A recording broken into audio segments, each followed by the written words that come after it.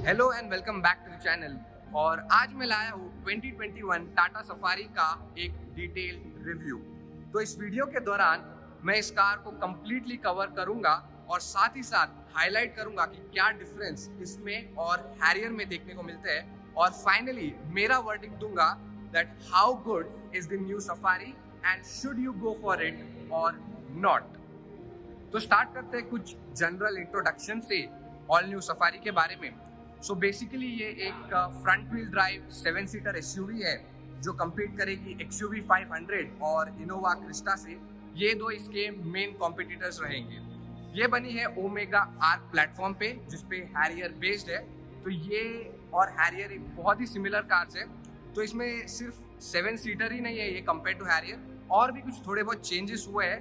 तो ये हम देखेंगे कि क्या छोटे मोटे चेंजेस जो टाटा ने किए हैं apart from adding just 2 seats eight the rear. Technical specification की अगर मैं बात करूं तो कार की लेंथ है अप्रोक्सीमेटली 4.7 मीटर्स, हाइट है 1.8 मीटर्स और जो विड्थ है वो 1.8 मीटर्स है।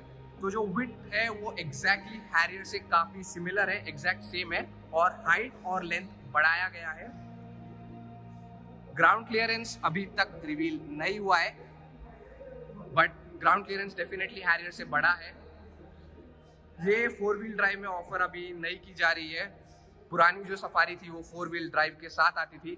आई थिंक टाटा ने ये सोचा है कि most of the owners city roads पे ड्राइव करते हैं और थोड़े बहुत खराब रोड पे ड्राइव करते हैं, तो इसे सिर्फ 4x2 में ही ऑफर किया जा रहा है फ्रंट व्हील ड्राइव में।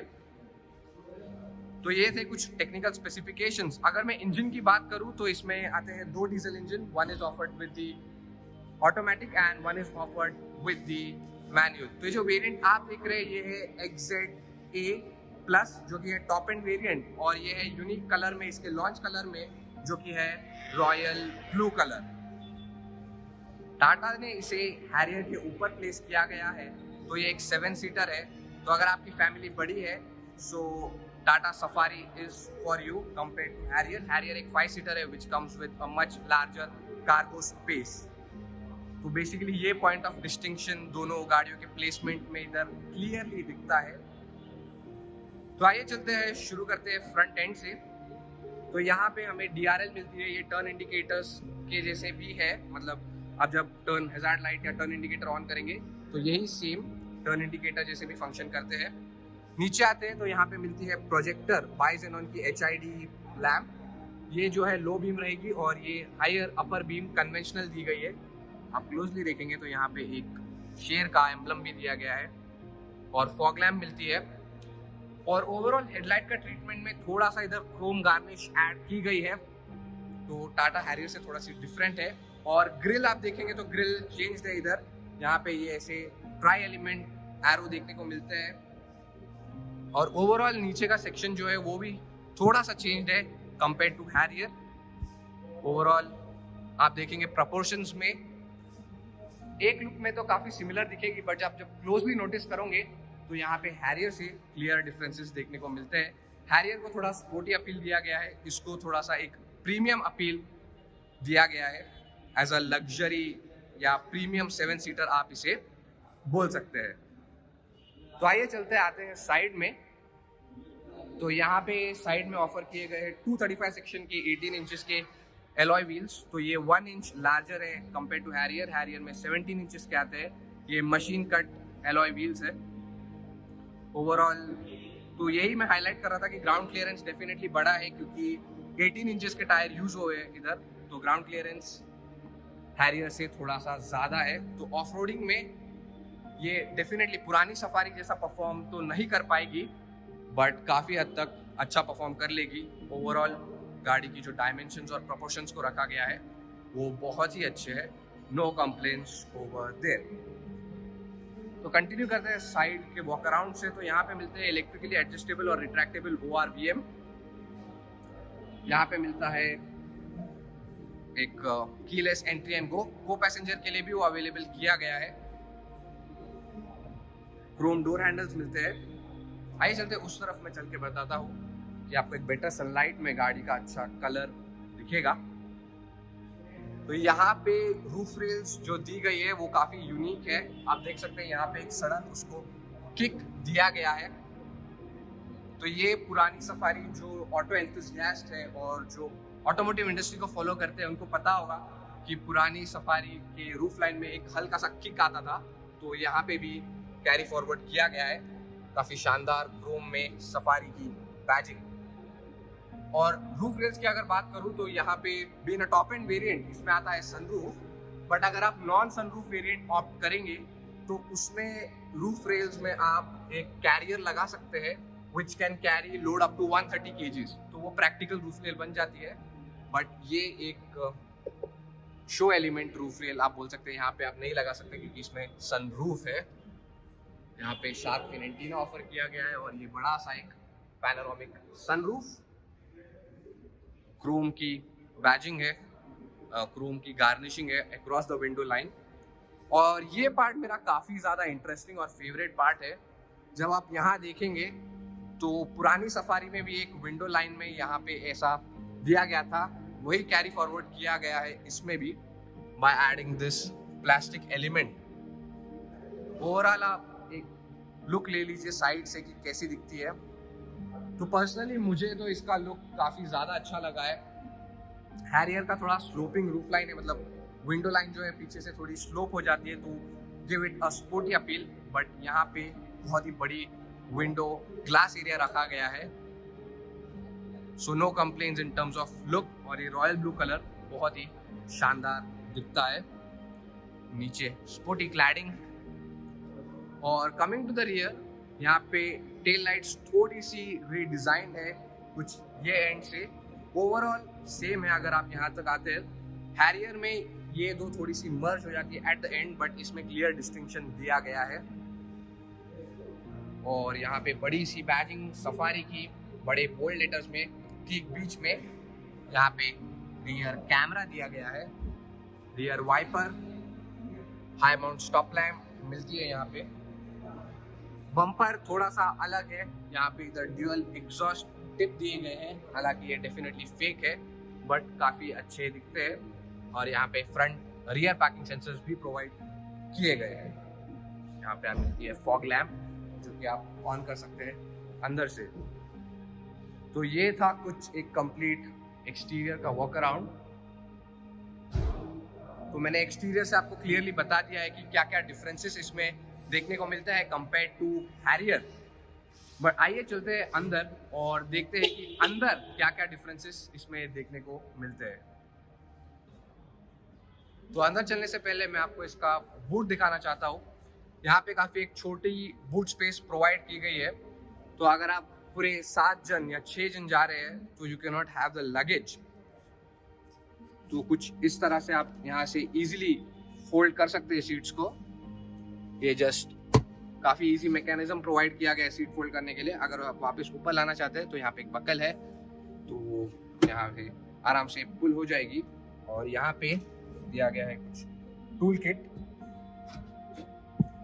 यहाँ पे मिलती है एक लाइट।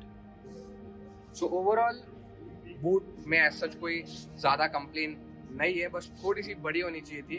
अगेन अगर आप 5 लोगों के साथ जा रहे हैं तो this is good. If you are carrying 6 to 7 people तो ये बहुत ही छोटी सी बूट स्पेस है। यहाँ पे लोडिंग लिप भी लो है, वहाँ पे भी कोई कंप्लेंट्स नहीं। आपका सामान या छोटा मोटा जो भी सामान है आप यहाँ पे इजीली प्लेस कर पाएंगे। और एक चीज़ मैं इधर बताना चाहता हूँ कि when you open the boot तो यहाँ पे इधर एक ग्रैब हैंडल प्रोवाइड नहीं किया गया है, तो वो एक थोड़ी सी डिफिकल्टी हो जाती है ओपन करने में। बट जैसे आप अगर इसे ओनर है तो you will be used to that, not a big issue. तो ये था कुछ कंप्लीट मैंने आपको बता दिया है इंक्लूडिंग बूट एक्सटीरियर से। आइए चलते हैं अंदर और देखते हैं कि क्या चेंजेस इसमें देखने को मिलते हैं। तो अब मैं आ गया हूँ अंदर ऑल न्यू 2021 सफारी के। तो जो मेन चीज़ आप नोटिस करेंगे डिफरेंस है इसमें और हैरियर में, वो है अपहोल्स्ट्री सीट की।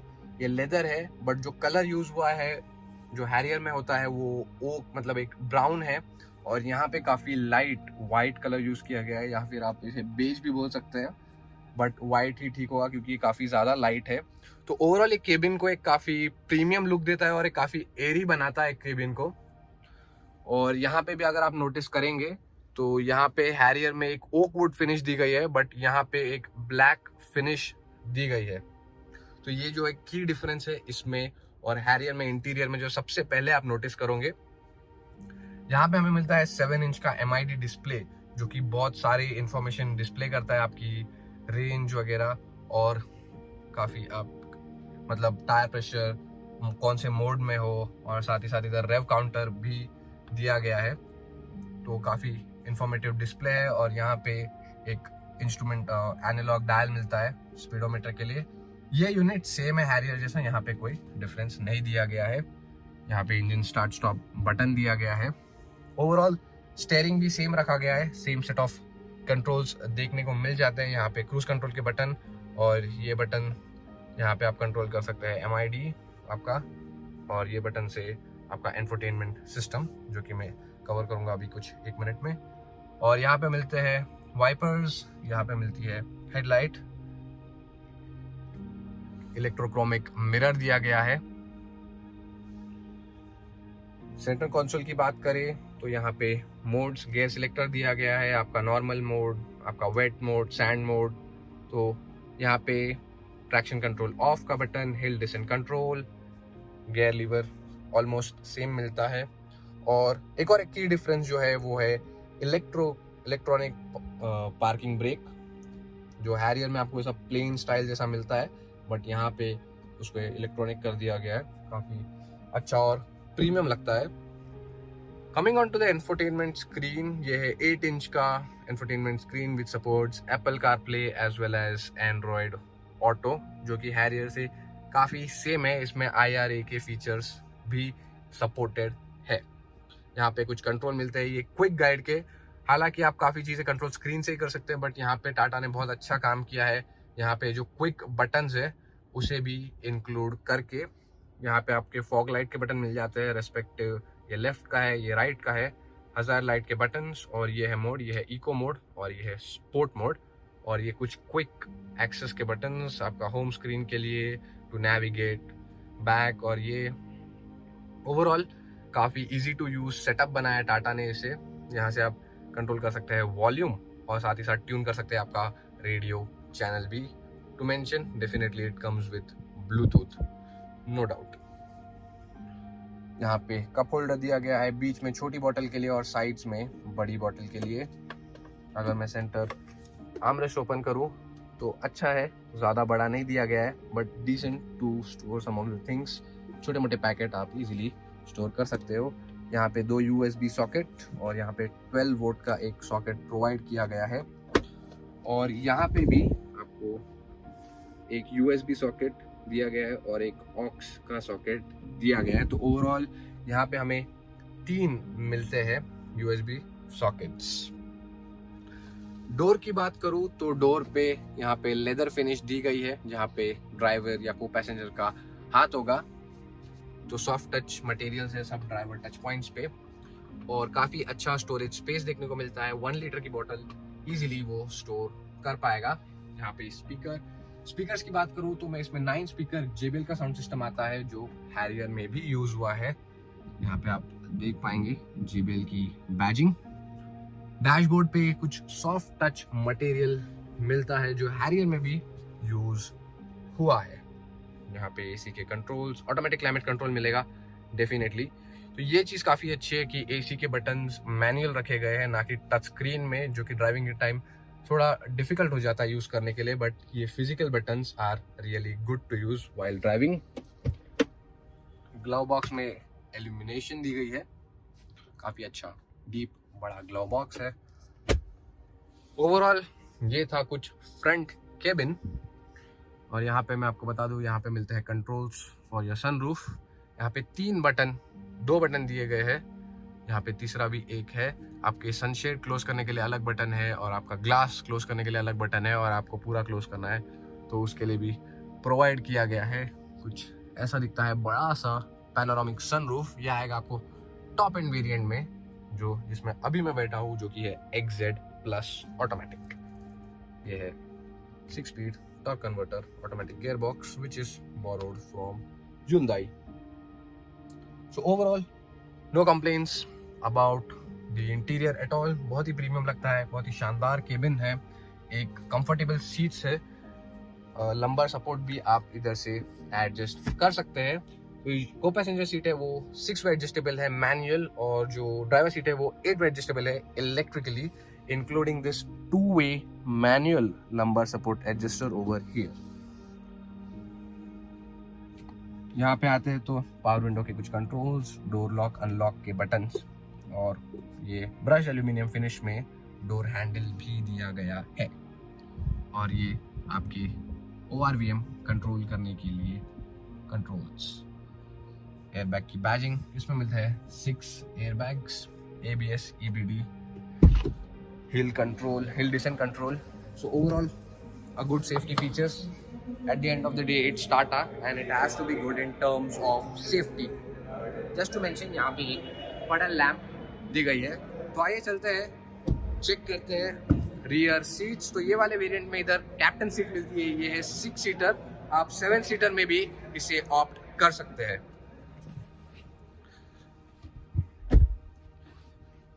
तो ये सीट मैंने पर्पसली फुल अपने मैक्स पोजीशन पे रखी है, ताकि आप फिर भी देख पाओ कि कितना ज़्यादा लेग स्पेस है। For reference my height is 5'11", और यहाँ पे ये फुल अपने मैक्स पोजीशन पे होने के बाद भी बहुत ही डिसेंट सा लेग स्पेस दिया गया है।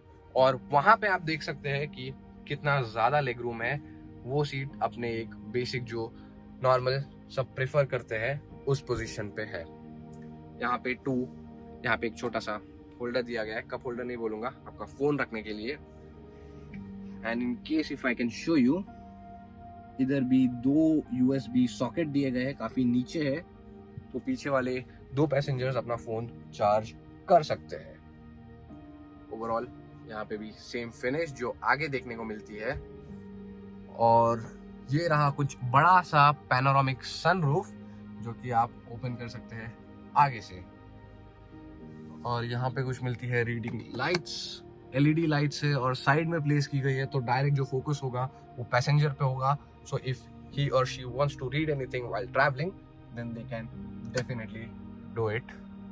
यहाँ पे मिलता है ग्रैब हैंडल, यहाँ पे भी LED लाइट प्रोवाइड की गई है, और बीच में थोड़ा सा फ्लोर हाई है, तो यहाँ पे अगर आपको छोटा मोटा कुछ सामान रखना है, अगर आप सिर्फ 2 लोग बैठे हो तो आप रख सकते हैं। हालांकि उसके लिए नहीं बनाए, but you can utilize the space to its max.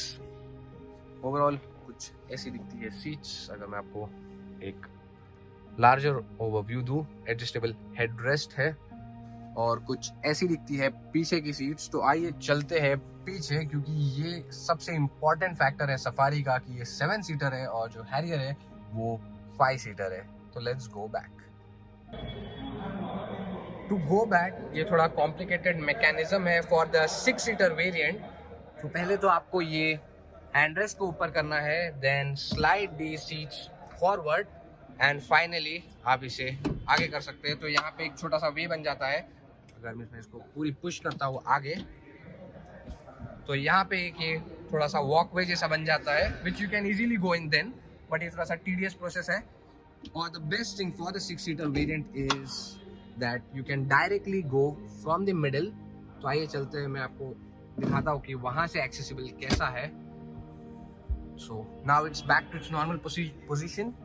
तो just you need to climb in as you do normally, and then you can easily walk back over here। So I think this method is more convenient than what we find to pull the seats। तो seats काफी अच्छी है, leg space आप देख सकते हैं यहाँ पे डिसेंट है। 7 सीटर के लिए मैं बोलूँगा नॉट बैड। सीट्स काफ़ी लो है, तो आपके पाँव वैसे डेफिनेटली थोड़े से ऊपर आएंगे, थाई सपोर्ट नहीं दिया गया है। यहाँ पे कुछ स्टोरेज, यहाँ पे भी 2 USB सॉकेट है।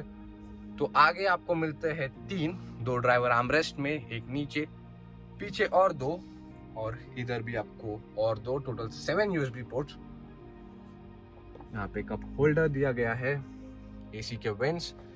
AC के लिए एक इंटरेस्टिंग चीज है इधर कि for the 3rd row you have your separate fan controller. तो ये एक काफ़ी अच्छी चीज़ है इधर। और साथ ही साथ यहाँ पे एक एडजस्टेबल हेडरेस्ट प्रोवाइड किया गया है। तो मैं बोलूँगा आप यहाँ पे इजीली लॉन्ग जर्नीज के लिए भी बैठ सकते हैं। ये जो सीट है ये मैंने अपने मिड पोजीशन में रखी है, ना कि मैक्स और ना कि एकदम आगे, जो कि एक पैसेंजर के लिए कंफर्टेबल हो। और उसके बावजूद भी मेरे पास इतना स्पेस बचता है। For reference my height is 5'11" and no complaints at the rear seat at all. और अगर आप सिर्फ एक है तो you can easily stretch your legs to the max and sit, वहाँ पे भी कोई इशू नहीं आएगा। तो ओवरऑल फीचर्स काफ़ी अच्छे दिए गए हैं। इधर बैक सीट के लिए सेपरेट यहाँ पे फैन स्पीड एडजस्टर है, यहाँ पे भी कप होल्डर मिल जाता है, यहाँ पे एसी के वेंट्स, यहाँ पे एक एलईडी लाइट दी गई है और यहाँ से एक शानदार पैनोरामिक सनरूफ का व्यू भी अच्छे से मिलता है। No complaints at all for the rear seats, a big thumbs up for the seats. Just थोड़ा सा बूट स्पेस बड़ा होता तो बहुत अच्छा होता, हालांकि यहाँ पे बिल्कुल भी बूट स्पेस नहीं है, वही एक छोटी सी इसके बारे में प्रॉब्लम है, but otherwise it's really good. और यहाँ से केबिन का एक कंप्लीट अच्छा व्यू भी मिलता है। तो आइए चलते हैं बाहर और मैं शेयर करता हूँ मेरा फाइनल वर्डिक्ट कि कितनी अच्छी है टाटा सफारी और क्या चेंजेस है मैं आपको ऑलरेडी बता चुका हूँ। So ये था मेरा detailed review about 2021 Tata safari. If you have any queries related to car, please let me know down below in the comment section. I'll definitely answer them all. So what's my final verdict? If you are looking for a 7-seater that has some decent amount of features, like Safari has really good amount of features, then you can definitely go for it. And if you're looking for a good safety rated car, then still the Safari is the car you can go for. But if you want for the 5-seater and if you want a good luggage space, then I guess the Tata Harrier is for you. But this is the 7-seater as well as 6-seater if you want to travel in comfort for the rear seat. So overall, a big thumbs up for the Tata Safari. Stay tuned for the upcoming videos. Thanks for watching. Drive safe, wear your seatbelts.